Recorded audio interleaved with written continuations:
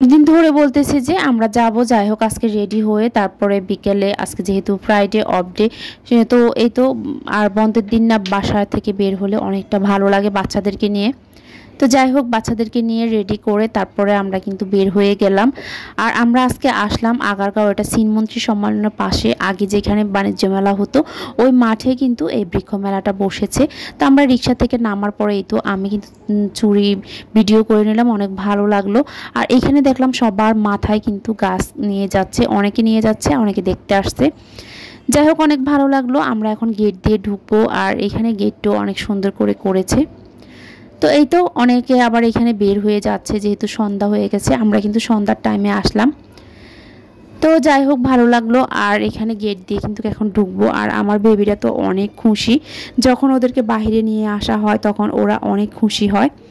আসলে বাচ্চাদেরকে বাইরে নিয়ে আসাটা শুক্রবারে বন্ধের দিনে একটু ঘোরানো উচিত সবারই, কারণ বাচ্চারা বাসায় থাকতে থাকতে বিরক্ত হয়ে যায়। বাইরে এনে ওদের একটু ঘোরাঘুরি করলে বা কিছুর সাথে পরিচিত করলে ওরা অনেক মনটা ভালো থাকে। যাই হোক এর জন্য নিয়ে আসলাম, যেহেতু এইখানে কাছাকাছি আগারগাঁও বৃক্ষমেলাটা হচ্ছে, তা আমার কাছে এখানে ভালো লাগলো। দুপাশে এত সুন্দর করেছে, গেটের দুই পাশে ঢুকতে কিন্তু এখানে দেখলাম হরিণ। আর এখানে সুন্দরবন একটা দৃশ্য তুলে ধরলো, এখানে বাঘ আছে। তো যাই হোক আমি এখানে আমার বেবিরে বললাম, আমার বড় ছেলের বললাম একটু তুমি দাঁড়াও, তোমাকে ছবি উঠিয়ে দেই, কিন্তু ও ছবি তুলবে না। এইখানে কিন্তু এত সুন্দর সবাই সবার মতো করে ছবি উঠাইছে। যাই হোক আমার ছেলেকে অনেক জোর করে 2-3টা ছবি আমি উঠালাম, ও ছবি একদম উঠাতে চায় না। তো আমার কাছে অনেক ভালো লাগলো। যাই হোক ভিতর দিক দিয়ে যাচ্ছি, আর এখানে এত সুন্দর। প্রথমের গেট দিয়ে কিন্তু আমরা ঢুকবো, ঢুকার পরে পুরাটা ঘুরে আমরা কিন্তু দ্বিতীয় গেট দিয়ে বের হয়ে যাব। যাই হোক অনেক বড়, যেহেতু বাণিজ্য মেলার মাঠ এখানে।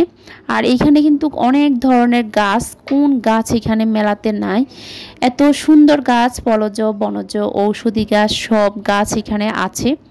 সব ধরনের গাছে আছে। আসলে যারা ছাদে বাগান করেন, ছাদ বাগান করেন, যারা গাছকে অনেক ভালোবাসে, যারা গাছের প্রতি অনেক মায়া, অনেক ভালোবাসা, তারাই কিন্তু এইখান থেকে গাছ কিনে নিয়ে যায়।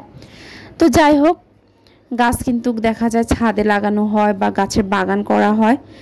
তো এই তো আমার কাছে অনেক ভালো লাগলো এইখানে। আর ভিতরে কিন্তু অনেক বাতাস, এত সুন্দর। আমি তো ছবি তুলতেছি, বিশেষ করে আমার কাছে ফুলের ছবিগুলো অনেক ভালো লাগলো। আর এখানে আসার পরে আম ঝুলে থাকা দেখে আমার কাছে এত ভালো লাগলো। আমি মামাকে জিজ্ঞাসা করলাম যে মামা এই আমগুলো যে ঝুলে আছে খাওয়া যাবে?